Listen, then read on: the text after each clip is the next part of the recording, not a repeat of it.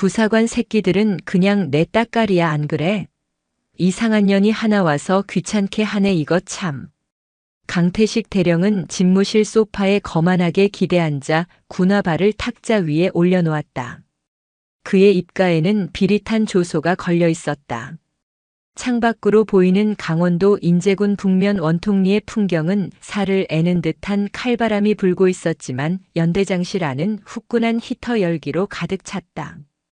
그 열기는 마치 강태식의 비뚤어진 욕망처럼 끈적하고 불쾌했다. 그의 맞은편에 서 있는 작전과장은 뻣뻣하게 굳은 채 식은땀을 흘리고 있었다. 강 대령은 혀를 차며 탁자 위에 놓인 인사기록 카드를 손가락으로 툭 쳤다. 새로 오는 사단장이 707 출신이라지 아마. 계집이 별을 달고 내려온다니 세상이 말세야. 안 그런가 작전과장? 네. 그렇습니다. 연대장님. 작전과장은 영혼 없는 대답을 내뱉었다. 이 방에서 강태식의 말은 곧 법이었고 진리였다. 토를 달았다가는 군생활이 꼬이는 것은 물론이고 인격적인 모독까지 감수해야 한다는 것을 그는 지난 1년간 뼈저리게 학습했다. 강태식은 눈을 가늘게 뜨며 창밖을 바라보았다. 멀리 설악산 줄기가 눈을 뒤집어 쓴 채 위압적으로 솟아있었다. 그는 자신이 이 부대의 왕이라고 믿었다. 육군사관학교 출신이라는 자부심은 선민의식으로 변질되었고 부사관이나 병사들을 자신의 출세를 위한 소모품 정도로 여겼다. 특히 그는 부사관들의 권위를 짓밟는 것에서 기형적인 쾌감을 느꼈다. 김중사 그놈은 아직도 징징대나. 강태식이 툭 던지듯 물었다. 작전과장의 얼굴이 사색이 되었다. 아, 그게 오늘 아침 점호 이후로 모습이 보이지 않습니다. 지금 행보관들이 막사를 뒤지고 있습니다. 뭐? 강태식의 눈썹이 꿈틀거렸다. 탁자 위에 올려두었던 다리를 거칠게 내리며 상체를 앞으로 숙였다.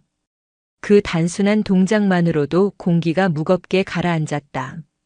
보이지 않는다니. 내 부대에서 내 허락 없이 사라질 수 있는 건 쥐새끼 한 마리도 없다. 똑바로 말해. 죄송합니다. 현재 영내 수색 중인데 아직 발견되지 않았습니다. 아무래도 작전과장은 뒷말을 잇지 못하고 입술을 깨물었다. 타령. 그 단어를 입 밖으로 꺼내는 순간 강태식의 폭언이 폭포수처럼 쏟아질 것이 뻔했기 때문이다. 강태식은 자리에서 벌떡 일어났다. 그의 덩치는 위압적이었다. 그는 작전과장의 명치께를 손가락으로 쿡쿡 찌르며 낮게 으르렁거렸다. 오늘이 무슨 날인지 잊었나? 그 잘난 여자 사단장이 부임하는 날이다. 취임식 준비로 사단 전체가 난리인데 감히 내 연대에서 탈영병이 나와. 그것도 간부가. 강태식의 얼굴이 붉게 달아올랐다. 그는 김중사를 떠올렸다. 15년차 베테랑 부사관. 묵묵히 제 할 일을 다하는 우직한 군인이었지만 강태식의 눈에는 그저 고집 센 늑다리 하사관으로밖에 보이지 않았다. 강태식은 지난 몇 달간 김중사를 집요하게 괴롭혔다. 병사들 앞에서 조인트를 까는 것은 예사였고 중사의 부친상 때 휴가를 반려하며 모욕적인 언사를 퍼붓기도 했다. 당장 잡아와. 헌병대 신고하기 전에 우리 선에서 처리한다. 내 인사고과에 흠집 나게 하면 너희들 군복 다 벗겨버릴 줄 알아. 알겠습니다. 작전과장이 황급히 경례를 하고 집무실을 빠져나갔다. 문이 닫히자 강태식은 책상 위에 명패를 집어던졌다. 쾅 하는 소리와 함께 명패가 바닥을 굴렀다. 어딜 도망가. 내 손바닥 아니야. 그 시각 연대 병력들이 웅성거리며 영내를 뒤지고 있었다. 하지만 김중사의 모습은 어디에도 없었다. 차가운 겨울 바람만이 텅 빈 연병장을 휘감고 돌았다. 병사들의 눈빛에는 불안함과 함께 묘한 적개심이 서려 있었다. 그들은 모두 알고 있었다. 김중사가 왜 사라졌는지, 누가 그를 벼랑 끝으로 내몰았는지. 하지만 누구도 입을 열 수 없었다. 이 52연대라는 거대한 감옥 안에서 침묵은 생존의 수단이었다. 그때 연대 상황실에 한라인 전화가 요란하게 울렸다. 당직 사령이 수화기를 들었다가 이내 얼굴이 하얗게 질렸다. 그는 떨리는 목소리로 인터폰을 눌러 연대장실을 연결했다. 연대장님, 사단 본부입니다. 신임 사단장님께서 지금 헬기로 이동 중이시라고 합니다. 예정보다 2시간이나 빠릅니다. 강태식의 미간이 찌푸려졌다. 뭐야? 이 여자가 예의도 없이 불쑥 들이닥쳐. 알았어. 정문 위병소 병력들 복장 점검 다시 시키고 김중사 건은 절대 새어나가지 않게 입단속 철저히 해. 전화를 끊은 강태식은 거울을 보며 전투복 매무새를 다듬었다. 그의 눈빛이 번들거렸다. 707 출신 최연소 소장. 얼마나 대단한지 내가 직접 봐주지. 그래봤자 군대는 짬밥이야. 그는 자신이 저지른 악행이 어떤 거대한 폭풍을 몰고 올지 전혀 짐작하지 못하고 있었다. 인제의 하늘이 잿빛으로 흐려지고 있었다. 곧 폭설이 내릴 기세였다. 두두두두두두. 차가운 겨울 공기를 가르는 헬기 소리가 을지부대 사단 본부의 연병장을 뒤흔들었다. 회색빛 하늘을 찢고 내려온 지휘 헬기가 거센 바람을 일으키며 착륙했다. 프로펠러가 일으키는 풍압에 도열해 있던 참모들의 옷자락이 거칠게 펄럭였다. 사단 참모장은 넥타이를 고쳐 매며 긴장한 표정으로 헬기 문을 주시했다. 문이 열리고 한 명의 군인이 발을 디뎠다. 홍연진 소장. 그녀의 등장은 화려함보다는 서늘함에 가까웠다. 딱 떨어지는 전투복 핏과 베레모 아래로 보이는 날카로운 눈매는 보는 이를 압도하는 기운이 있었다. 그녀의 왼쪽 눈썹 위에는 707 시절 대테러 작전 중에 얻은 희미한 흉터가 훈장처럼 남아 있었다. 그녀는 의전 차량이 대기하고 있는 곳으로 성큼성큼 걸어왔다. 참모장이 거수 경례를 올렸다. 충성. 사단장님 환영합니다. 사단 참모장 대령 박. 그만. 홍연진의 목소리는 낮았지만 헬기 소음을 뚫고 들어올 만큼 명징했다. 그녀는 경례를 받은 손을 내리지도 않은 채 참모장의 눈을 똑바로 응시했다. 취임식은 생략한다. 네. 네. 사단장님.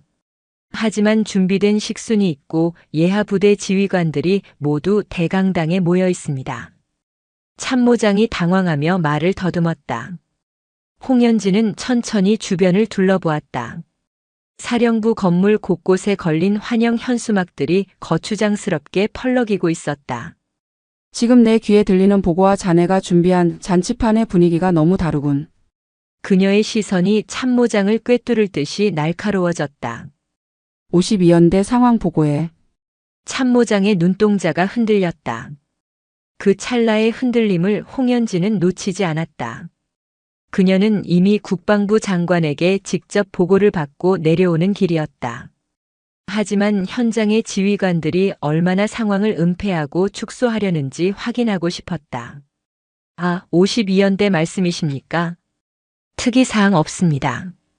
강태식 연대장이 부대를 아주 잘 장악하고 있어서. 장악이라. 홍연진이 짧게 코웃음을 쳤다. 그녀는 대기하고 있던 1호차 레토나 대신 옆에 세워져 있던 작전용 소형 전술 차량 쪽으로 몸을 돌렸다. 운전병. 시동 걸어. 사단장님. 어디로 가시려는 겁니까? 집무실로 모시겠습니다. 52연대로 간다. 내 눈으로 직접 확인해야겠어. 얼마나 잘 장악하고 있는지. 홍연진은 뒷좌석 문을 직접 열고 올라탔다. 그녀의 행동에는 군더더기가 없었다. 당황한 참모장은 허겁지겁 조수석에 올라탔다. 차량이 위병소를 빠져나와 44번 국도를 달리기 시작했다. 창밖으로 보이는 인제의 산세는 험준했다. 홍연진은 차창에 머리를 기대고 눈을 감았다. 그녀의 머릿속에는 장관이 건네준 첩보 파일의 내용이 선명하게 떠올랐다. 강태식 대령. 사관학교 출신의 엘리트 코스를 밟아왔지만 그 이면에는 수많은 하급자들의 피눈물이 있었다. 그리고 오늘 새벽 한 명의 중사가 그 지옥을 견디지 못하고 탈영했다. 단순한 탈영이 아니었다. 그것은 살려달라는 비명이었다. 참모장. 홍연진이 눈을 감은 채 불렀다. 네. 사단장님. 김철수 중사. 52연대 3대대 부소대장. 오늘 아침 점호에 불참했지.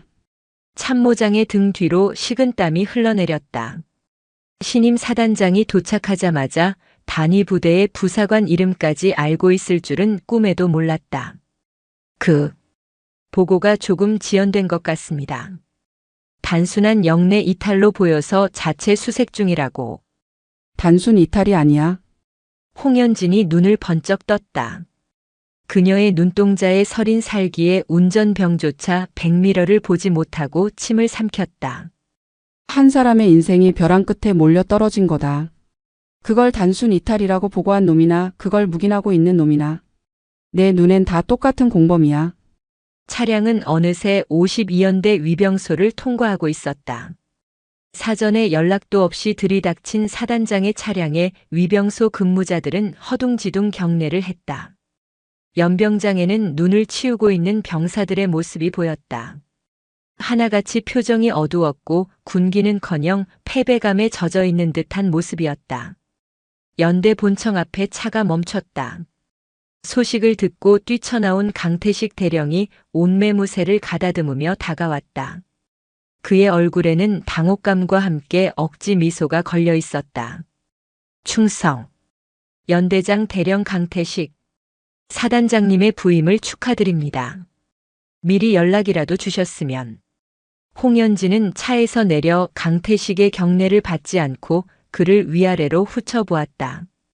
강태식의 잘 닦인 전투화와 다림질이 완벽한 군복은 저 뒤에서 언손을 호호 불며 눈을 치우는 병사들의 낡은 방한복과 묘한 대조를 이루었다. 강태식 대령. 네. 사단장님. 자네 부대에서 냄새가 나는군. 강태식의 눈썹이 꿈틀했다. 무슨 말씀이신지. 홍연진은 강태식의 눈을 피하지 않고 한 걸음 더 다가갔다. 키 차이가 났지만 기세에서는 홍연진이 강태식을 압도하고 있었다. 그녀의 목소리는 작았지만 주변의 공기를 얼어붙게 만들 만큼 차가웠다. 썩은 내가 진동을 해. 김철수 중사. 지금 어디 있나? 강태식의 표정이 순식간에 굳어졌다. 그는 헛기침을 하며 시선을 살짝 돌렸다. 아, 그 친구 말입니까? 잠시 볼 일이 있어 외출을. 거짓말. 홍연진이 말을 잘랐다. 내 귀에 거짓 보고를 올리는 순간 자네는 계급장이 아니라 옷을 벗어야 할 거야. 헌병대 풀어. 그녀는 뒤따라온 사단 헌병대장에게 손짓했다. 지금 즉시 연대장실 행정반 그리고 김 중사의 관물대까지 샅샅이 뒤져. 김 중사가 남긴 흔적 유서 메모 하나라도 놓치지 마라. 사단장님, 이건 너무하신 처사 아닙니까?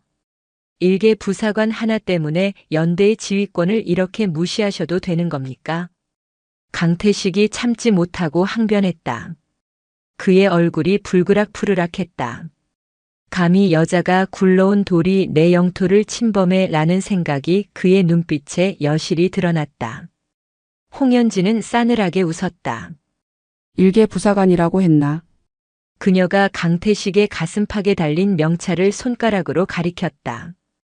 그 일개 부사관들이 없으면 자네는 전쟁터에서 총알바지도 못해. 부하를 도구로 보는 지휘관은 지휘관이 아니라 살인자다. 홍연진은 몸을 돌려 병사들이 있는 연병장 쪽을 바라보았다. 나는 김 중사를 잡으러 온 게 아니다. 그를 살리러 왔다. 만약 그가 잘못된다면 강 대령. 자네가 그 죗값을 뼈 하나하나 부러뜨려서라도 치르게 될 거야. 홍연진의 선전포고에 연대 본청 앞은 숨소리조차 들리지 않을 만큼 정적에 휩싸였다. 눈발이 점점 굵어지고 있었다. 인제의 겨울이 그리고 홍연진과 강태식의 전쟁이 이제 막 시작되고 있었다. 52연대장 집무실의 공기는 무겁게 가라앉아 있었다. 주인이어야 할 강태식 대령은 소파 구석에 쫓겨나듯 앉아 있었고 상석인 집무 책상에는 홍연진 소장이 앉아 있었다. 그녀는 천천히, 아주 천천히 강태식이 결제했던 서류철들을 넘겼다. 종이가 넘어가는 사각거리는 소리만이 방 안의 정적을 깨뜨렸다. 그 소리는 마치 날카로운 칼날이 강태식의 목을 겨누는 듯한 긴장감을 자아냈다. 홍연진은 서류에서 눈을 떼지 않은 채 입을 열었다. 연대장. 강태식은 불퉁한 표정으로 대답했다. 다리를 꼬고 앉아 불편한 심기를 노골적으로 드러내고 있었다. 네. 사단장님. 말씀하십시오. 병력 관리 기록부를 보니 아주 흥미롭군. 관심 병사 관리보다 간부들 징계 기록이 더 많아. 견책 근신 휴가 제한. 사유는 지시 불이행 군기문란 태도 불량.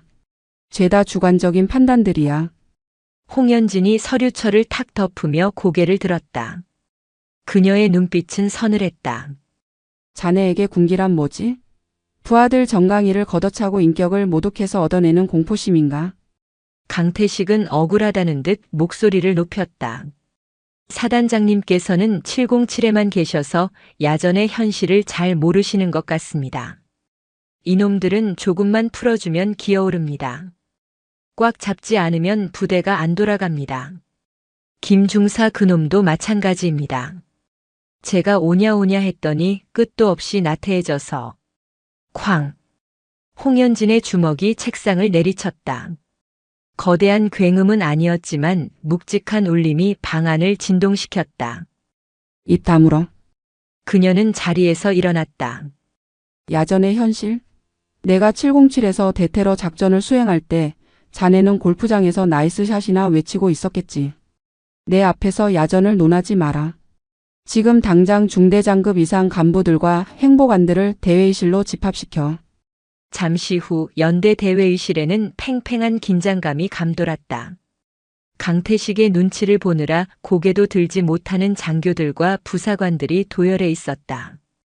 그들의 눈에는 공포와 피로가 뒤섞여 있었다. 홍연진은 단상에 서서 그들의 얼굴을 하나하나 뜯어보았다. 나는 오늘 여러분을 문책하러 온 게 아니다. 단지 듣고 싶을 뿐이다. 김철수 중사가 왜 이 부대를 떠나야만 했는지, 그리고 여러분은 그동안 무엇을 보고 겪었는지. 아무도 입을 열지 않았다. 침묵은 길고 지루했다. 강태식은 회심의 미소를 지으며 팔짱을 꼈다. 내 부하들은 내 편이다.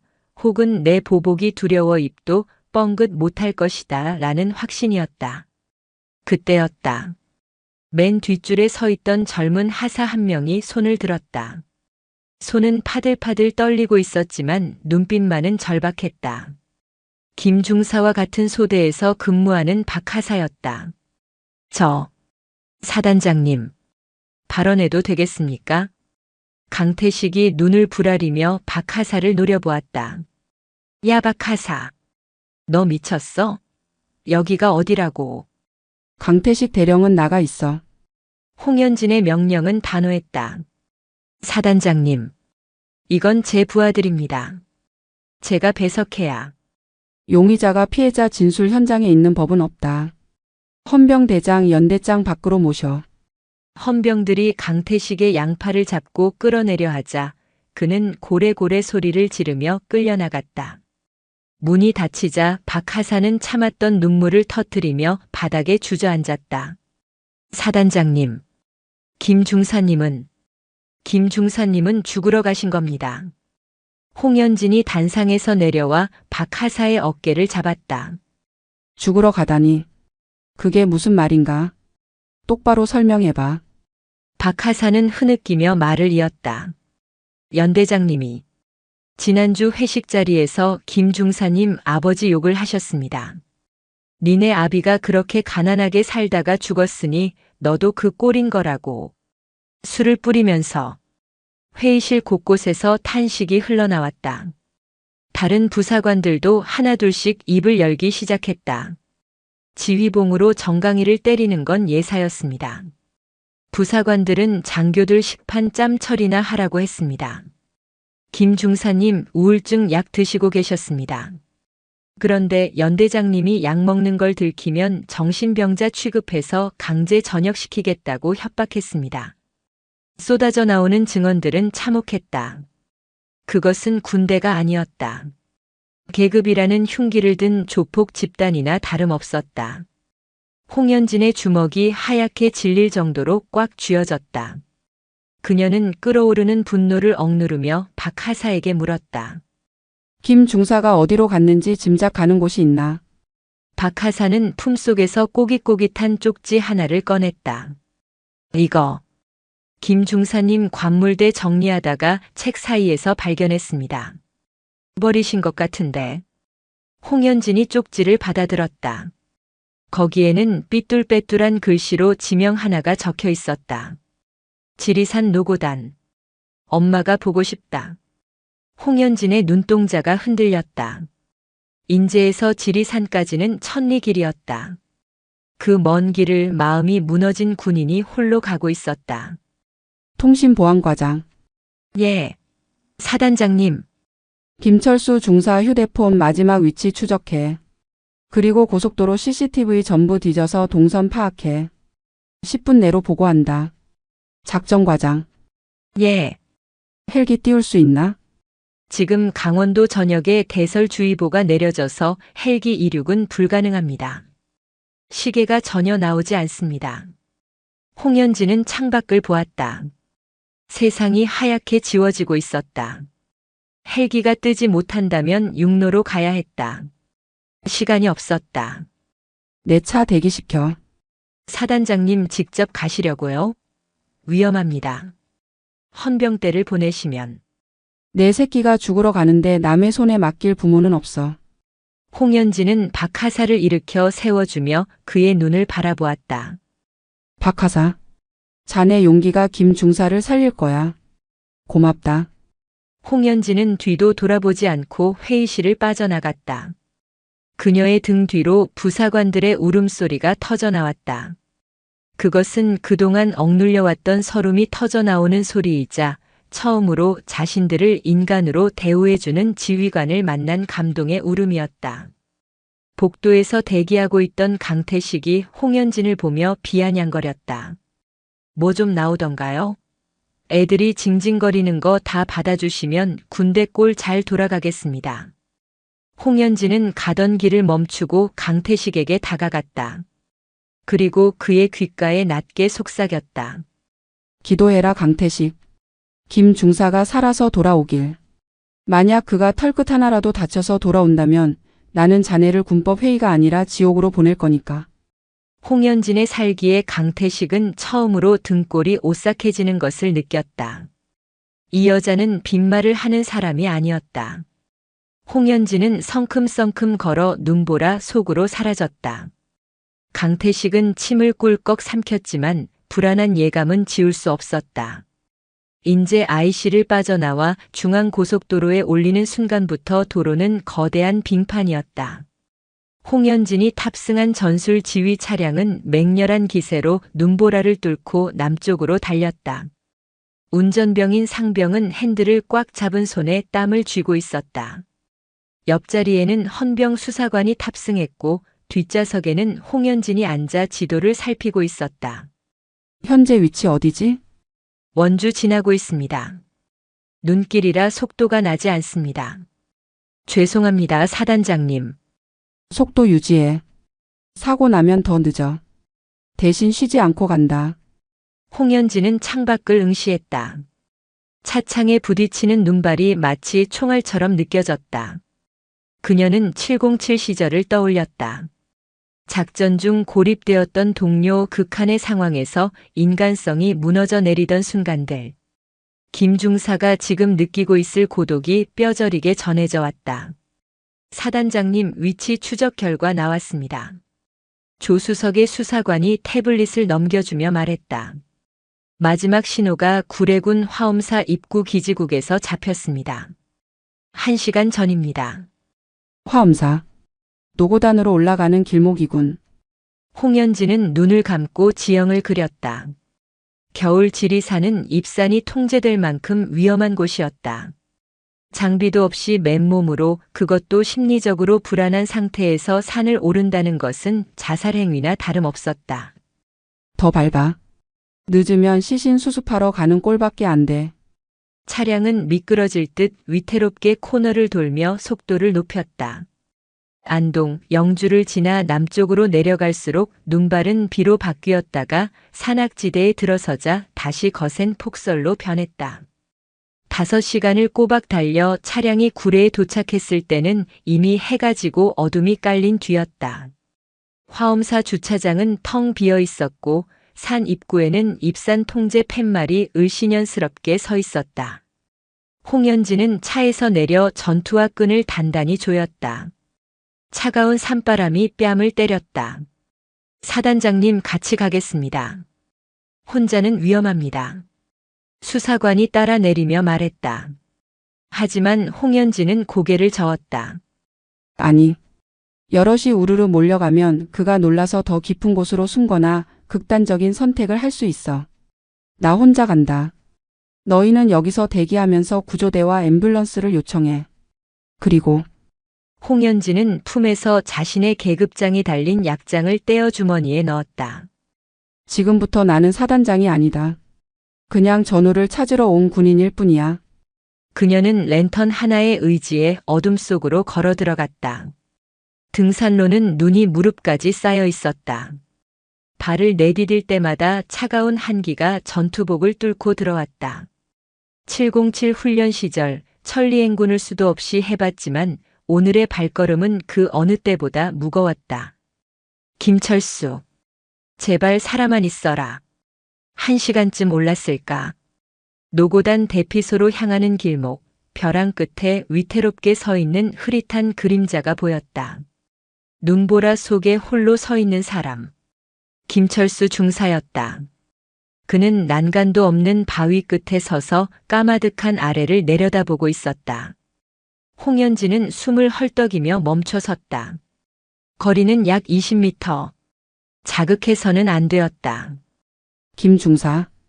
바람 소리에 묻혀 들리지 않을까 걱정했지만 그 그림자는 움찔하며 고개를 돌렸다. 헬쑥하게 패인 볼, 초점 없는 눈동자, 며칠은 깎지 않은 수염.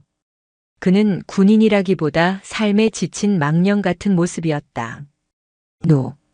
누구십니까? 헌병입니까? 잡으러 왔습니까? 김 중사의 목소리는 갈라져 있었다. 그는 뒷걸음질 치며 벼랑 끝으로 더 다가갔다. 오지 마십시오. 다 필요 없어. 지긋지긋해. 그놈의 소리 지르는 것도 내 자존심 짓밟는 것도 이제 다 끝낼 거야. 철수야. 홍연진은 천천히, 아주 천천히 두 손을 들고 다가갔다. 나 헌병 아니야. 내가 52연대에서 제일 일 잘한다고 소문난 김철수 맞지? 나 너 보러 왔어. 웃기지 마. 날 보러 올 사람이 어디 있어. 다들 강태식 그 인간한테 붙어서 나를 병신 취급했는데. 김 중사가 울부짖었다. 눈물이 볼을 타고 흐르자마자 얼어붙었다. 나 이번에 새로 온 사단장 홍연진이다. 내 이름 들어봤나? 김 중사의 눈이 커졌다. 소문으로만 듣던 707 출신의 여장군. 그녀가 왜 이 험한 곳에, 그것도 혼자 있단 말인가. 거짓말. 사단장님이 왜 탈영병 나부랭이를. 홍연진은 눈밭에 무릎을 꿇었다. 차가운 눈이 무릎을 적셨지만 그녀는 아랑곳하지 않았다. 탈영병 나부랭이라니. 넌 내 부하다. 대한민국 육군 중사 김철수. 15년간 국가를 위해 헌신한 명예로운 군인. 홍연진의 목소리에 물기가 섞여 나왔다. 내가 늦게 와서 미안하다. 진작 왔어야 했는데. 너를 그 지옥 속에 너무 오래 방치했어. 그게 너무 미안해서. 사과하려고 여기까지 왔다. 김 중사의 어깨가 들썩이기 시작했다. 강압적인 명령이나 체포가 아닌 미안하다는 사과. 난생 처음 들어보는 지휘관의 사과였다. 강태식 대령은 내가 처리한다. 약속하마. 내가 겪은 모욕, 고통. 내가 다 되돌려 줄 거야. 그러니 철수야. 홍현진이 손을 내밀었다. 거기서 내려와라. 거긴 내가 있을 곳이 아니야. 내 어머니도 내가 거기 서 있는 걸 원치 않으실 거야. 어머니. 김중사는 바닥에 주저앉으며 통곡했다. 너무 힘들었습니다. 정말. 너무 힘들어서 숨을 쉴 수가 없었습니다. 홍현진은 기다렸다는 듯 달려가 김중사를 껴안았다. 벼랑 끝에서 덜덜 떨고 있는 작고 왜소해진 등을 그녀는 힘껏 안아주었다. 그녀의 체온이 김중사의 얼어붙은 몸으로 전해졌다. 알아. 내가 다 알아. 이제 괜찮아. 이제 아무도 너를 건드리지 못해. 내가 널 지킬 거니까. 눈보라가 두 사람을 감쌌다. 홍현진은 자신의 외투를 벗어 김중사의 어깨에 덮어주었다. 가자. 집으로. 김중사는 어린아이처럼 홍현진의 품에 안겨 엉엉 울었다. 홍현진은 그를 부축하여 일으켰다. 내려가는 길은 올라올 때보다 더 험할 것이다. 하지만 홍현진의 표정은 그 어느 때보다 단단했다. 그녀는 오늘 한 명의 군인을 구했고 동시에 무너진 육군의 정의를 다시 세울 준비를 마쳤다. 산 아래에서는 앰뷸런스의 불빛이 희미하게 깜빡이고 있었다. 그 불빛은 마치 새로운 희망처럼 어둠 속을 비추고 있었다. 이제 복귀하면 진짜 전쟁이 기다리고 있었다. 강태식 그리고 그를 비호하는 썩은 권력들과의 전쟁이. 홍현진의 눈빛이 어둠 속에서 푸르게 빛났다. 새벽 3시에 52연대 연대장실은 매캐한 담배 연기로 가득 차 있었다. 강태식 대령은 재떨이가 넘치도록 담배를 비벼 끄며 불안하게 다리를 떨었다. 그의 눈은 붉게 충혈되어 있었다. 조금 전 사단장 홍현진이 김철수 중사를 데리고 부대로 복귀 중이라는 첩보를 입수했기 때문이다. 작전과장. 서류 다 처리했어? 강태식이 쉰 목소리로 물었다. 소파 구석에 쭈그리고 앉아 파쇄기를 돌리고 있던 작전과장이 화들짝 놀라며 일어났다. 예. 예. 연대장님. 인사기록 카드, 면담 일지, 지난주 회식비 영수증까지 전부 파쇄했습니다. 디지털 파일은 폼에 돌렸고요. 강태식은 신경질적으로 머리를 쓸어 넘겼다. 멍청한 놈들. 진작 좀 잘하지. 김중사 그 새끼가 주둥이를 놀려봤자 증거가 없으면 그만이야. 우울증 환자의 망상으로 몰아가면 돼. 군 병원 정신과 군의관한테도 미리 손 써놨으니까. 강태식은 스스로를 위로하듯 중얼거렸다. 그는 육군 본부의 동기들에게 전화를 돌려 구명 요청을 해둔 상태였다. 갓 부임한 소장이 그것도 여자가 감히 텃세 센 야전 부대에서 연대장 목을 치는 건 정치적으로도 부담일 것이라는 게 그들의 조언이었다. 복귀하면 보자고. 감성파리로 대충 넘어가려고 하는 모양인데 군법이 그렇게 호락호락하지 않아. 그때 연대 상황실 스피커에서 당직 사령의 다급한 목소리가 터져나왔다. 위병소 통과. 사단장님 차량 위병소 통과. 전 병력 기상. 전 병력 기상. 강태식은 자리에서 벌떡 일어났다. 왔군. 그는 거울을 보며 구겨진 전투복을 펴고 표정을 관리했다. 비굴함과 당당함 사이 그 어딘가에 있는 교묘한 가면을 썼다. 한편 홍현진이 탄 차량은 연병장을 가로질러 본청 앞에 멈춰 섰다. 차 문이 열리고 홍현진이 내렸다. 그녀의 전투복은 눈과 흙탕물로 엉망이 되어 있었지만 그 모습이 오히려 전장을 뚫고 온 장수의 기백을 느끼게 했다. 뒷좌석에서 김철수 중사가 부축을 받으며 내렸다. 따뜻한 히터 바람을 쐬고 조금 진정되었지만 여전히 그의 눈빛은 두려움에 떨고 있었다. 익숙한 연병장 풍경이 그에게는 다시 지옥 입구처럼 느껴지는 듯 했다. 홍현진은 김 중사의 손을 꽉 잡았다. 고개 들어. 그녀의 목소리는 낮고 단단했다. 죄 지은 사람은 고개를 숙이지만 피해자는 당당해야 해. 저 건물을 봐라. 저 안에 있는 건 괴물이 아니라 그저 겁쟁이일 뿐이야. 김 중사는 홍현진의 눈을 바라보았다. 그 눈동자 안에서 흔들리지 않는 확신을 읽었다. 그는 떨리는 입술을 앙다물고 고개를 천천히 들었다. 그때 현관문이 열리고 강태식이 뛰어나왔다. 그는 과장된 몸짓으로 경례를 붙였다. 충성. 사단장님 무사히 돌아오셔서 다행입니다. 김중사 너 이 자식 사단장님께 무슨 민폐야. 강태식은 짐짓 김중사를 걱정하는 척하며 다가와 어깨를 낚아채려 했다. 그 손길에는 은근한 압력이 실려 있었다. 입을 다물라는 무언의 협박이었다. 탁! 홍현진이 강태식의 손목을 쳐냈다. 매서운 소리가 새벽 공기를 갈랐다. 사단장님. 더러운 손 치워.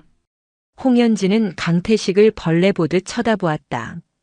내 부하 몸에 손끝 하나라도 대면 그 손목을 부러뜨려 놓겠다고 했을 텐데. 경고를 잊었나 보군. 아니, 저는 그저 부하가 걱정돼서. 걱정? 자네가 지금 걱정해야 할 건 김 중사가 아니라 자네 아니야. 홍현진은 뒤에 서 있던 헌병 수사관에게 눈짓했다. 김 중사를 의무대로 후송해. 최고의 의료진을 붙이고 누구도 접근하지 못하게 24시간 경호 병력을 배치한다. 특히 52연대 간부들이 접근하면 즉시 체포해. 예, 알겠습니다. 김 중사가 들것에 실려 구급차로 옮겨졌다. 멀어지는 김 중사를 보며 강태식의 눈매가 사나워졌다. 증거인멸의 시간이 부족했다. 김 중사를 격리시킨다는 건 그 입에서 나올 증언을 완벽하게 보호하겠다는 뜻이었다. 강태식. 홍현진이 강태식 앞으로 한 걸음 바짝 다가갔다. 두 사람의 거리는 불과 한 뼘. 오늘 아침 9시. 연병장에 전 장병 집합시켜. 열외는 없다. 시사병, 당직병, 휴가 복귀자까지 전부 모아.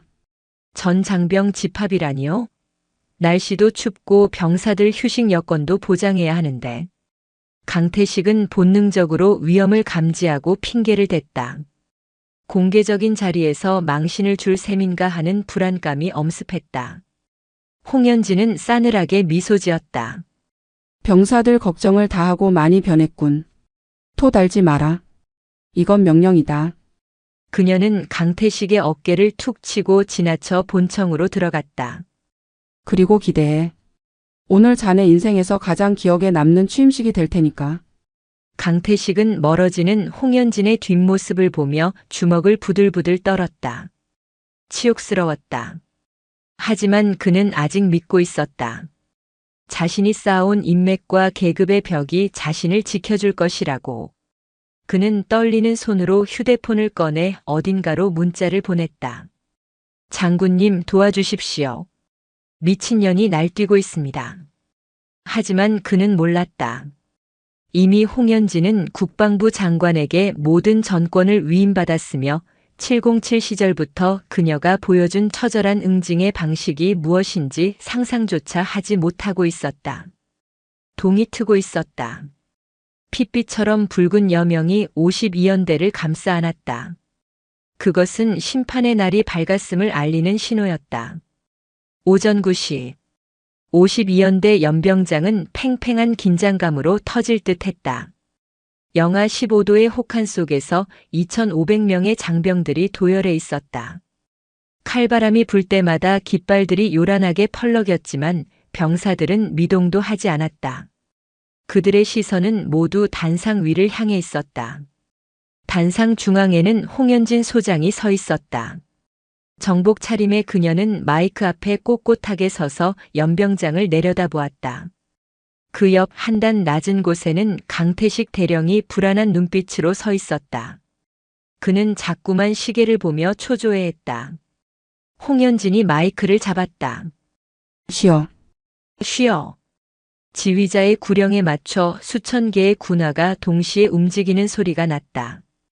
오늘 나는 취임사를 하기 위해 이 자리에 선 것이 아니다. 그녀의 목소리가 스피커를 타고 연병장에 울려 퍼졌다. 나는 오늘 우리 군의 수치스러운 치부를 도려내고 무너진 정의를 다시 세우기 위해 이 자리에 섰다. 강태식의 얼굴이 흑빛이 되었다. 홍현진은 품에서 서류 봉투 하나를 꺼냈다. 그것은 강태식이 파쇄했다고 믿었던 그러나 헌병대가 복구해낸 감찰 기록과 부하들의 익명 투서들이었다. 강태식 대령. 홍현진이 고개를 돌려 그를 불렀다. 강태식은 흠칫 놀라며 그녀를 쳐다봤다. 예. 사단장님. 앞으로 나와. 강태식은 주저주저하며 단상 중앙으로 걸어 나왔다. 수천 명의 병사들이 그를 쳐다보고 있었다. 그 시선들 속에 담긴 경멸과 증오가 피부로 느껴졌다. 자네는 지휘관의 권한을 이용하여 부하들을 핍박하고 인격을 모독했으며 급기야 한 군인을 죽음의 문턱까지 몰고 갔다. 인정하나? 사단장님, 이건 모함입니다. 저는 부대 지휘를 위해 엄격하게. 강태식이 억울하다는 듯 소리쳤다. 엄격함과 가혹함은 다르다. 홍현진은 말을 자르고 병사들을 향해 외쳤다. 여기 있는 장병들에게 묻는다. 강태식 연대장의 지휘가 정당했나? 그가 여러분을 전우로 대우했나? 침묵이 흘렀다. 누구도 선뜻 대답하지 못했다. 그때였다. 맨 앞줄에 서 있던 한 병장이 용기를 내어 소리쳤다. 아닙니다. 저희는 노예였습니다. 그 한마디가 기폭제가 되었다. 맞습니다. 저희는 사람이 아니었습니다. 김 중사님을 살려내십시오. 여기저기서 고함이 터져 나왔다. 억눌려왔던 분노가 본물 터지듯 쏟아져 나왔다. 연병장은 순식간에 성토의 장으로 변했다. 강태식은 당황하여 뒷걸음질 쳤다. 자신이 개돼지라고 생각했던 병사들이 감히 자신에게 이빨을 드러내고 있었다. 조용히 안 해? 이 새끼들이 다 영창 가고 싶어 환장했나? 강태식이 악을 쓰며 지휘봉을 휘둘렀다. 바로 그 순간이었다. 퍽. 홍현진이 강태식의 정강이를 걷어찼다. 둔탁한 소리와 함께 강태식이 비명을 지르며 바닥에 꼬꾸라졌다. 아! 순식간에 벌어진 일이었다. 연병장이 찬물을 끼얹은 듯 조용해졌다. 홍현진은 쓰러진 강태식을 내려다보며 차갑게 말했다. 아프나? 자네가 습관처럼 걷어찼던 부하들의 정강이도 똑같이 아팠다. 그녀는 강태식의 멱살을 잡고 일으켜 세웠다. 707 시절 단련된 완력에 강태식은 짐짝처럼 끌려 올라왔다. 자네는 더 이상 지휘관이 아니다. 찍! 홍현진의 손이 강태식의 전투복 견장을 움켜쥐었다. 거친 소리와 함께 대령 계급장이 뜯겨나갔다. 붉은 견장이 바닥에 힘없이 떨어졌다. 이건 하극상이야. 감찰. 헌병. 뭐해. 저 여자를 체포해. 강태식이 계급장이 뜯긴 어깨를 감싸쥐며 발악했다. 하지만 헌병대장은 꼼짝도 하지 않았다. 오히려 헌병들이 강태식을 향해 포위망을 좁혀왔다. 하극상? 아니. 이건 즉결 처분이다. 홍현진이 헌병대장에게 손짓했다. 강태식의 보직을 즉각 해임한다. 직권 남용, 폭행, 가혹행위 그리고 군무 이탈교사 혐의로 긴급 체포해. 영창에 쳐넣고 물 한 모금도 특혜를 주지 마라. 사단장님, 제가 잘못했습니다. 한 번만 봐주십시오. 제 동기가 6본 인사참모부장입니다. 이러시면 후회하십니다. 헌병들에게 양팔이 꺾인 채 끌려가면서도 강태식은 비굴하게 목숨을 구걸하다가 이내 협박을 해댔다. 그의 추악한 바닥이 만천하에 드러나는 순간이었다. 홍현진은 그를 거들떠보지도 않았다. 끌고 가. 강태식이 짐승처럼 울부짖으며 연병장 밖으로 끌려나갔다. 그 모습을 지켜보던 병사들 사이에서 누군가 박수를 치기 시작했다. 짝짝짝. 그 소리는 순식간에 파도처럼 번져나가 연병장을 가득 메운 함성과 박수갈채가 되었다. 와! 병사들은 환호했다. 그것은 단순한 기쁨이 아니었다. 해방감이었다. 홍현진은 다시 마이크를 잡았다. 주목. 함성이 잦아들었다. 오늘부로 52연대의 악습은 모두 폐기한다. 나는 여러분에게 무조건적인 편안함을 약속하지 않는다. 훈련은 더 고될 것이다. 하지만 약속한다. 부당한 대우, 인격 모독, 비합리적인 명령은 내 부대에 없다. 여러분이 흘리는 땀방울이 헛되지 않게 그 명예만큼은 내가 목숨 걸고 지킨다. 홍현진이 거수 경례를 올렸다. 이상. 충성. 2,500명의 함성이 인제의 하늘을 뒤흔들었다. 그 소리는 이전의 억지스러운 외침과는 달랐다. 진심이 담긴 심장이 뛰는 울림이었다. 홍현진은 단상을 내려왔다. 다리가 약간 후들거렸다. 밤새 한숨도 자지 못한 피로가 몰려왔지만 그녀의 마음은 그 어느 때보다 가벼웠다. 멀리 의무대 쪽에서 휠체어를 탄 김철수 중사가 이 광경을 지켜보고 있었다. 그의 눈에서 하염없이 눈물이 흘러내렸다. 홍현진은 그를 향해 희미하게 웃어 보였다. 눈발이 다시 날리기 시작했다. 하지만 그 눈은 더 이상 춥게 느껴지지 않았다. 썩은 환부를 도려낸 자리에 새살이 돋아나듯 12사단 을지부대에는 새로운 바람이 불어오고 있었다. 홍현진은 떨어진 강태식의 계급장을 군홧발로 밟고 지나갔다. 이제 시작이었다. 그녀가 만들어갈 진짜 군대의 이야기는 국군 수도병원 정신건강의학과 병동의 창밖으로는 서울의 화려한 야경이 보였지만 병실 안은 고요했다. 하얀 시트 위에 앉아있는 김철수 중사는 멍하니 창밖을 응시하고 있었다. 그의 곁에는 깎다 만 사과 접시가 놓여 있었다. 드르륵. 문이 열리고 홍현진 소장이 들어왔다. 그녀는 사복 차림이었다. 베이지색 코트에 목도리를 두른 모습은 서슬퍼런 사단장이 아니라 그저 평범한 이웃집 누나 같았다. 하지만 그녀의 눈빛에 담긴 깊은 심연은 여전했다. 김 중사가 황급히 침대에서 내려오려 했다. 사단장님, 오셨습니까? 홍현진은 손을 들어 제지했다. 앉아 있어. 환자가 무슨 격식을 차리나. 몸은 좀 어떤가? 그녀는 의자를 끌어다가 침대 옆에 앉았다. 김 중사는 멋쩍게 머리를 극적였다. 덕분에 많이 좋아졌습니다. 잠도 잘 자고 상담 치료도 받고 있습니다. 그런데 김 중사가 말끝을 흐렸다. 홍현진은 그 망설임을 놓치지 않았다. 그녀는 말없이 김 중사가 깎다 만 사과를 집어들어 능숙하게 껍질을 깎기 시작했다. 사단장님, 전역하고 싶습니다. 사과 껍질이 끊어지지 않고 길게 늘어졌다. 홍현진의 손은 멈추지 않았다. 이제 군복 입는 게 무섭습니다. 다시 돌아가면 동료들이 저를 어떻게 볼지도 두렵고 그냥 고향 가서 농사나 지으며 어머니 모시고 살고 싶습니다. 홍현진은 다 깎은 사과를 조각 내어 김 중사에게 건넸다. 먹어. 김 중사는 사과 조각을 받아들고 입에 넣지 못한 채 고개를 숙였다. 도망치는 게 아니다. 너는 아파서 쉬고 있는 거야. 하지만 철수야.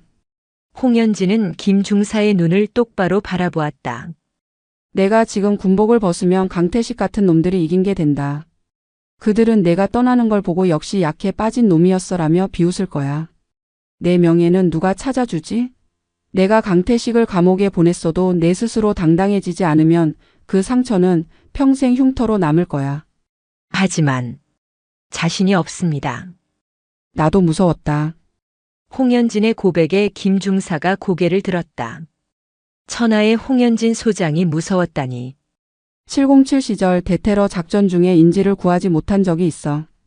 내 눈앞에서 폭탄이 터졌고 나는 그 아이의 손을 놓쳤지. 매일 밤 악몽을 꿨다. 군복을 찢어버리고 싶었어. 그런데 내가 왜 남았는지 아나? 홍현진은 씁쓸하게 웃었다. 내가 도망치면 또 다른 누군가가 그 자리에서 울게 될 테니까. 내가 더 강해져서 다시는 그런 일을 만들지 않겠다고 다짐했다. 그게 내 속죄 방식이었어. 그녀는 김 중사의 손을 꽉 잡았다. 굳은 살이 박인 거친 손이었다. 기다리마. 내 자리는 비워둘 거야. 52연대는 이제 예전의 지옥이 아니다. 내가 그렇게 만들었어. 내가 돌아와서 후임들에게 보여줘. 진짜 군인이란 계급장으로 누르는 게 아니라 상처를 딛고 일어서는 사람이라는 걸. 김 중사의 눈시울이 붉어졌다. 그는 사과 조각을 입에 넣었다. 달콤한 과즙과 함께 짠 눈물이 목구멍으로 넘어갔다. 일주일 뒤 52연대 연병장. 살을 애는 듯한 강원도의 칼바람이 불어닥쳤지만 연병장의 열기는 뜨거웠다. 홍연진 소장이 주관하는 첫 혹한기 전술 훈련이 시작되었다. 과거 강태식 시절의 훈련은 보여주기식 행렬이나 장비 검열이 주를 이뤘지만 홍연진은 달랐다. 전술적이지 않은 군대는 보이스카우트만도 못하다. 오늘 우리는 40km 산악 급속 행군을 실시한다. 낙오자는 없다. 한 명이라도 낙오하면 그 책임은 전우를 챙기지 못한 소대장과 중대장이 진다. 병사들 사이에서 웅성거림이 일었다. 강태식이 사라지고 편해질 줄 알았는데 훈련 강도는 오히려 2배로 높아졌기 때문이다. 아니, 사단장님 너무 빡센 거 아냐? 완전 군장의 산악구보라니. 그래도 똥군기는 없잖아. 밥도 잘 나오고. 병사들이 투덜거리면서도 군장을 맸다. 출발 신호가 떨어지자 수천 명의 병력이 설악산 줄기를 향해 움직이기 시작했다. 홍연진은 지휘 차량에 타지 않았다. 그녀는 똑같이 20kg의 완전 군장을 메고 선두에 섰다. 참모들이 기겁하며 말렸지만 소용없었다. 사단장님, 지휘관은 지휘통제실에서 상황을 보셔야 합니다. 내 병사들이 걷는데 내가 차를 타? 현장이 곧 지휘소다. 따라와. 행군은 처절했다. 무릎까지 쌓인 눈길을 헤치며 걷는 것은 체력 소모가 극심했다. 숨이 턱끝까지 차오르고 입에서는 단내가 났다. 3시간이 지나자 여기저기서 낙오자가 발생하기 시작했다. 어떤 이등병이 다리에 쥐가 나 쓰러졌다. 소대장이 당황하여 어쩔 줄 몰라 할 때 홍연진이 다가갔다. 비켜. 그녀는 쓰러진 이등병의 군장을 집어들어 자신의 군장 위에 얹었다. 40kg의 무게였다. 그리고 한 손으로는 이등병을 부축해 일으켰다. 걸을 수 있나? 사단장님. 죄송합니다. 제 군장을. 미안하면 걸어. 내 짐은 내가 들어줄 테니 너는 내 몸만 챙겨서 끝까지 가라. 우리는 같이 간다. 이등병은 울먹이며 고개를 끄덕였다. 그 모습은 순식간에 대열 전체로 퍼져나갔다. 사단장이 병사의 군장을 대신 메고 걷는다. 그것은 충격이었다. 병사들의 눈빛이 변하기 시작했다. 야, 사단장님도 하시는데 우리가 퍼지면 쪽팔린 거다. 일어나. 밀어줄게. 잡아. 서로가 서로를 부축하고 밀어주기 시작했다. 불만 섞인 투정은 사라지고 거친 호흡과 파이팅을 외치는 함성만이 산을 울렸다. 저녁 무렵 부대가 주둔지에 도착했을 때 홍연진의 전투복은 땀과 눈으로 흠뻑 젖어 있었다. 그녀는 군장을 내려놓고 거칠게 숨을 몰아쉬었다. 어깨가 끊어질 듯 아팠지만 그녀는 미소 지었다. 병사들이 해냈다. 단 한 명의 낙오자도 없이. 그날 밤 야전 텐트 안에서 라면을 끓여 먹으며 병사들은 수군거렸다. 야, 우리 사단장님 진짜 괴물 아니냐? 707은 다르긴 다르다. 근데 좀 멋있지 않냐? 강태식 그 인간은 차 타고 다니면서 욕만 했는데. 홍연진은 지휘 텐트 밖에서 그 소리를 듣고 있었다. 밤하늘에는 별이 쏟아질 듯 빛나고 있었다. 그녀는 주머니 속에서 김철수 중사의 사진을 꺼내 보았다. 보고 있나 철수야. 내 후배들이 이렇게 강하다. 빨리 와라. 상처가 아문 자리에 신뢰라는 이름의 꽃이 피어나고 있었다. 하지만 홍연진은 알고 있었다. 꽃이 필 때가 가장 벌레가 꼬이기 쉬운 법이라는 것을. 어둠 속에서 누군가가 그녀를 노리고 있다는 서늘한 직감이 스쳐 지나갔다. 평화는 오래가지 않았다. 서울 용산구 육군본부 인근의 고급 한정식집. 구속 수사 중인 강태식의 변호사와 육군 인사사령부의 유력자인 박 준장이 은밀하게 만나고 있었다. 박 장군님, 강 대령이 억울해하고 있습니다. 사단장이 감정적으로 일을 처리해서 유능한 지휘관 하나를 매장시켰다고요. 변호사가 두툼한 봉투를 박 준장 쪽으로 밀었다. 박 준장은 봉투를 슬쩍 열어보고는 만족스러운 듯 미소를 지었다. 홍현진 그 여자 707 때부터 아주 건방졌지. 장관님 100만 믿고 설치는데 야전이 그렇게 만만한 곳이 아니라는 걸 알려줘야지. 박 준장은 술잔을 비우며 눈을 번뜩였다. 감찰 태워보내. 표적 감찰로 아주 탈탈 털어버려. 털어서 먼지 안 나오는 놈 없어. 사소한 규정 위반이라도 하나 걸리면 그걸로 직위해제 시켜버릴 테니까. 며칠 뒤 12사단 사령부. 검은색 세단 3대가 위병소를 통과해 본청 앞에 섰다. 육군본부 감찰실에서 나온 특별검열단이었다. 사전에 통보도 없이 들이닥친 기습 감찰이었다. 검열단장은 박 준장의 직속 후배인 최 대령이었다. 그는 차에서 내리자마자 꼬투리를 잡기 시작했다. 위병소 근무자 복장 상태가 왜 이래? 경례 각도가 안 나오네. 사단장이 교육을 어떻게 시킨 거야? 최 대령은 0점 나온 참모장에게 고함을 질렀다. 홍현진 소장 어디 있어? 감찰 나왔는데 마중도 안 나와? 집무실에 있던 홍현진은 창밖으로 그 광경을 지켜보고 있었다. 그녀는 입술을 꽉 깨물었다. 강태식의 잔당들이 움직이기 시작한 것이다. 들여보내. 잠시 후 최 대령과 감찰관들이 집무실로 들이닥쳤다. 그들은 경례도 없이 소파에 털썩 주저앉았다. 홍 소장, 얘기 들었소? 52연대 사건 처리가 절차를 무시했다는 투서가 들어왔어. 오늘부터 사단 전체 정밀 감사 들어갑니다. 홍현진은 책상 앞에 앉아 서류를 보며 건조하게 대답했다. 절차 무시라. 구체적으로 어떤 절차를 말하는 거지? 직권 남용 말이야. 연대장을 즉결 처분하고 병사들 앞에서 망신 주고. 이거 명예훼손의 권한 남용인 거 몰라? 최 대령이 탁자를 치며 으름장을 놓았다. 홍현진이 고개를 들었다. 그녀의 눈빛이 차갑게 빛났다. 군형법 제62조 가혹행위 금지 의무 위반자는 지위 고하를 막론하고 처벌한다. 나는 내 권한 내에서 가장 합법적이고 신속하게 범죄자를 격리했을 뿐이야. 그게 불만이면 정식으로 법무실 통해서 이의 제기해. 내 집무실에서 소란 피우지 말고. 소란? 이 여자가 진짜 보자 하니까. 최 대령이 벌떡 일어났다. 좋아. 어디 두고 보자고. 오늘부터 작전비, 부식비, 피복비 장부 싹 다 뒤져. 10원짜리 하나라도 비면 횡령으로 옷 벗길 줄 알아. 감찰관들은 하이에나처럼 사단을 들쑤시고 다녔다.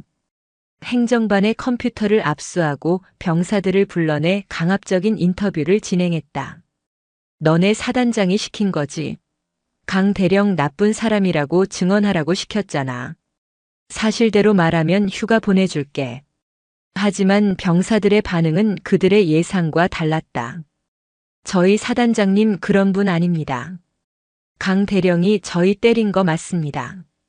왜 피해자한테 와서 협박하십니까? 병사들은 한결같이 홍현진을 옹호했다. 심지어 간부들조차 감찰관들의 무례한 태도에 반발하며 비협조적으로 나왔다. 감찰단은 당황했다. 보통 이 정도 압박하면 내부 고발자가 나오기 마련인데 12사단은 홍현진을 중심으로 똘똘 뭉쳐 있었다. 초조해진 최 대령은 홍현진을 다시 호출했다. 이번에는 취조실 같은 분위기를 조성해 놓고 그녀를 압박하려 했다. 홍 소장, 솔직히 말해. 너 장관이랑 무슨 사이야? 어떻게 707 출신이 바로 사단장을 달아? 이거 인사비리 아니야? 최 대령이 인신공격성 발언을 서슴지 않았다. 홍현진의 눈썹이 꿈틀했다. 그녀는 참을 만큼 참았다. 쾅! 홍현진이 주먹으로 책상을 내리쳤다. 이번에는 책상이 부서질 듯한 굉음이 났다. 최 대령이 깜짝 놀라 뒤로 물러섰다. 말 조심해. 홍현진이 자리에서 일어나 천천히 최 대령에게 다가갔다. 맹수가 먹잇감을 노려보는 듯한 살기가 방 안을 가득 채웠다. 내 명예를 모욕하는 건 참을 수 있어. 하지만 내 임명권자인 장관님, 그리고 나를 믿고 따르는 부하들을 모욕하는 건 용서 못한다. 최 대령. 자네 작년 군수사령부 근무할 때 납품 비리로 내사받았던 거 덮느라 고생했다지? 최 대령의 얼굴이 사색이 되었다. 너 그걸 어떻게 해? 홍현진은 707 시절 정보 수집 능력을 10분 발휘해 이미 감찰단의 신상을 파악해둔 상태였다. 내가 모를 줄 알았나? 털어서 먼지 안 나오는 놈 없다고 했지. 지금 자네 먼지 한번 털어볼까?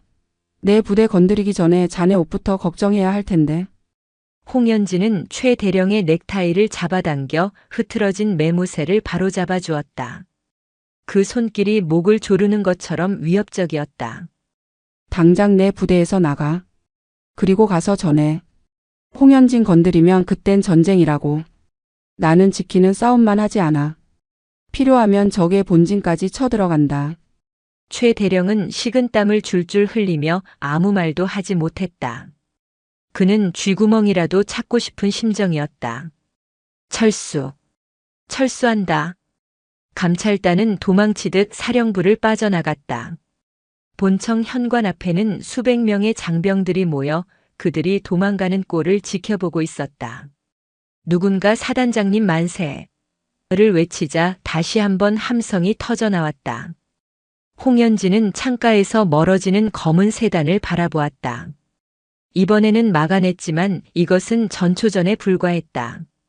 저들은 더 거대하고 교활한 방법으로 다시 공격해올 것이다.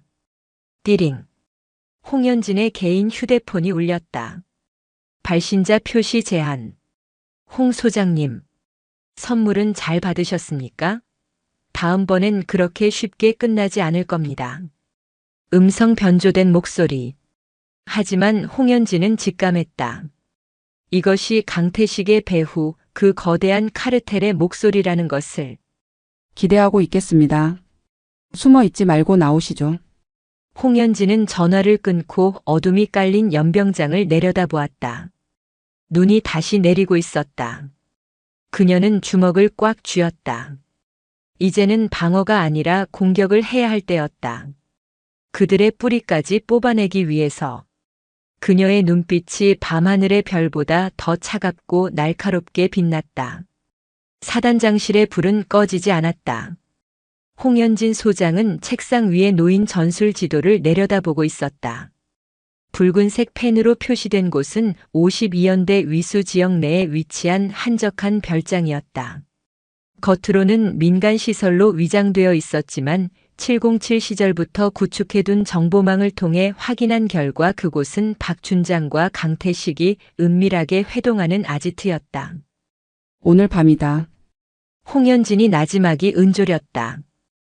헌병대장이 긴장된 표정으로 서 있었다. 사단장님, 영장 없이 진입하는 건 위험합니다. 만약 그곳에 아무런 증거가 없다면 주거침입의 직권남용으로 역공을 당할 수 있습니다. 홍현진은 자리에서 일어나 전투화 끈을 조였다. 그녀의 손길에는 망설임이 없었다. 그들은 오늘 밤 김철수 중사의 진료 기록을 조작한 가짜 의사를 만나 돈을 건넬 예정이다. 김 중사를 정신병자로 몰아세워 내 지휘권까지 박탈하려는 수작이지. 영장을 기다릴 시간이 없어. 현장에서 덮쳐야 한다. 하지만 책임은 내가 진다. 너희는 내 신호가 떨어지면 진입해서 신병만 확보해. 선봉은 내가 선다. 홍현진은 정복을 벗고 검은색 전술복으로 갈아입었다. 계급장도 명찰도 없는 오직 어둠에 녹아들기 위한 복장이었다. 그녀의 눈빛은 더 이상 사단장이 아니었다. 대한민국 최고의 인간 병기 707 특수임무단의 전설이었던 시절로 돌아가 있었다. 칠흑 같은 어둠이 깔린 강원도의 산길. 홍현진은 소리 없이 별장 뒷산의 능선을 타고 이동했다. 눈이 발목까지 빠졌지만 그녀의 발소리는 바람 소리에 묻혀 들리지 않았다. 별장 주변에는 사설 경호원들이 배치되어 있었다. 강태식이 고용한 용역 깡패들이었다. 홍현진은 나무 뒤에 몸을 숨기고 호흡을 골랐다. 경호원 2명이 담배를 피우며 낄낄거리고 있었다. 야, 그 여단장인가 뭔가 하는 양반 돈 많나 봐. 팁을 5만 원짜리로 주네. 안에서 군 장성들끼리 비밀 회담한다잖아. 쉿, 조용해. 그들이 등을 돌리는 찰나 홍현진이 그림자처럼 튀어나갔다. 퍽, 짧은 타격음과 함께 두 사내는 비명도 지르지 못하고 눈밭에 쓰러졌다.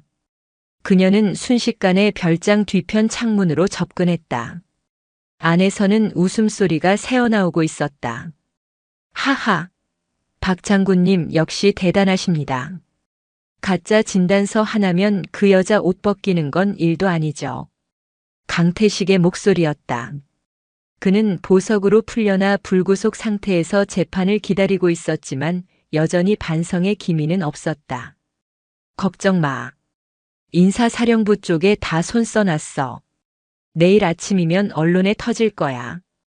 여성 사단장의 갑질로 인한 무고한 연대장의 희생, 그리고 관심병사의 허위 진술이라고. 박 준장의 음흉한 목소리가 이어졌다. 그들은 테이블 위에 현금 다발과 조작된 서류를 늘어놓고 축배를 들고 있었다. 홍현진은 주먹을 꽉 쥐었다. 부하의 아픔을 이용해 자신의 권력을 지키려는 저들의 추악함에 치가 떨렸다. 그녀는 창문을 열지 않았다. 대신 창문 옆에 있는 배전반을 발견했다. 파직. 홍현진이 단검으로 전선을 끊자 별장의 모든 불이 동시에 꺼졌다. 뭐야? 정전이야? 경호원. 야, 밖에 누구 없어? 안에서 당황한 고함이 터져나왔다. 그 순간 홍현진이 창문을 깨고 안으로 뛰어들었다. 와장창. 유리 파편이 흩날리는 어둠 속에서 홍현진은 정확하게 강태식의 위치를 찾아냈다. 그녀는 강태식의 팔을 꺾어 테이블 위로 짓눌렀다. 으악! 누구야? 나다. 어둠 속에서 들려오는 서늘한 목소리에 강태식은 숨을 멈췄다. 홍현진? 불 켜. 홍현진의 신호에 따라 밖에서 대기하던 헌병대가 들이닥치며 서치라이트를 비췄다. 눈부신 빛이 방 안을 가득 채웠다. 박 준장과 가짜 의사 그리고 강태식은 눈을 뜰 수 없어 비틀거렸다. 테이블 위에는 그들이 조작하려던 진단서와 뇌물로 쓸 현금 뭉치가 고스란히 놓여 있었다. 이건 함정이야. 불법 도청의 가택 침입이야. 내가 누군지 알아? 박 준장이 삿대질하며 소리쳤다. 홍현진은 강태식을 바닥에 패대기치고 천천히 박 준장에게 다가갔다. 함정? 아니, 이건 사냥이다. 홍현진은 박 준장의 멱살을 잡고 벽으로 밀어붙였다. 당신들이 군인인가? 부하들의 피를 빨아먹고 사는 기생충이지. 당신들 같은 놈들 때문에 최전방에서 떨고 있는 내 새끼들이 욕을 먹는 거야. 이 손 놔. 감히 장성에게. 계급장? 떼어줄까? 홍현진의 눈에서 살기가 뿜어져 나왔다. 박 준장은 압도적인 기세에 눌려 입을 다물었다. 헌병대장. 현행범으로 전부 체포해. 증거물 하나도 빠짐없이 수거하고. 특히 저 조작된 진단서 원본과 대조해서 국과수에 의뢰해. 알겠습니다. 전원 체포. 수갑이 채워지는 강태식은 홍현진을 노려보며 악을 썼다. 두고 봐. 내가 이대로 끝날 것 같아? 내 뒤에 누가 있는지 알면 넌 뼈도 못 추려. 홍현진은 강태식의 귀에 대고 차갑게 속삭였다. 내 뒤에 누가 있든 상관없어. 내 뒤에는 52연대 2,500명의 전우들이 있다. 덤벼봐. 다 부숴줄 테니까. 강태식과 박준장이 개처럼 끌려나갔다. 별장은 다시 고요해졌다. 홍현진은 테이블 위에 놓인 김철수 중사의 사진을 집어들었다. 조작된 서류 속에 파묻혀 있던 그의 맑은 눈망울이 홍현진을 보고 있었다. 이제 다 끝났다, 철수야. 그녀는 사진에 묻은 먼지를 털어냈다. 창밖에는 새벽이 밝아오고 있었다. 기나긴 밤이 지나고 진짜 아침이 오고 있었다. 겨울이 지나고 인제의 산자락에 진달래가 피기 시작했다. 12사단 을지부대의 연병장은 따스한 봄 햇살로 가득 찼다. 하지만 그 따스함보다 더 뜨거운 열기가 연병장을 달구고 있었다. 으라차차. 하나, 둘, 하나, 둘. 상의를 탈의한 장병들이 구릿빛 근육을 드러내며 타이어를 끌고 있었다. 그들 사이에서 가장 큰 목소리로 구령을 붙이는 사람, 바로 복귀한 김철수 중사였다. 그는 더 이상 벼랑 끝에 섰던 나약한 폐잔병이 아니었다. 살이 조금 더 올랐고 눈빛은 생기로 반짝였다. 야, 거기 이병. 힘들다고 고개 숙이지 마. 고개 들고 하늘 봐. 할 수 있어. 김 중사가 뒤처지는 병사의 등을 밀어주며 소리쳤다. 병사는 김 중사의 격려에 힘을 얻어 다시 발을 내디뎠다. 부대원들은 김 중사를 불사조라고 불렀다. 지옥에서 돌아온 남자 그리고 그를 지옥에서 구해낸 사단장 홍현진. 두 사람은 부대에 살아있는 전설이 되어 있었다. 강태식과 박준장은 군사재판에서 중형을 선고받았다. 뇌물수수, 직권남용, 무고죄 등 모든 혐의가 인정되어 군 교도소에 수감되었다. 그들의 몰락은 군 전체에 큰 파장을 일으켰고 국방부는 대대적인 자정작용을 약속했다. 12사단은 그 개혁의 상징이 되었다.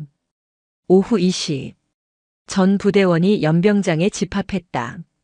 단상에 오른 홍현진 소장의 표정은 그 어느 때보다 밝았다. 주목. 연병장이 순식간에 정적에 휩싸였다. 오늘 우리는 훈련을 하지 않는다. 대신 우리 앞마당인 저 설악산 대청봉까지 달린다. 누구 하나 낙오하지 않고 전원이 정상에 깃발을 꽂는다. 알겠나? 알겠습니다.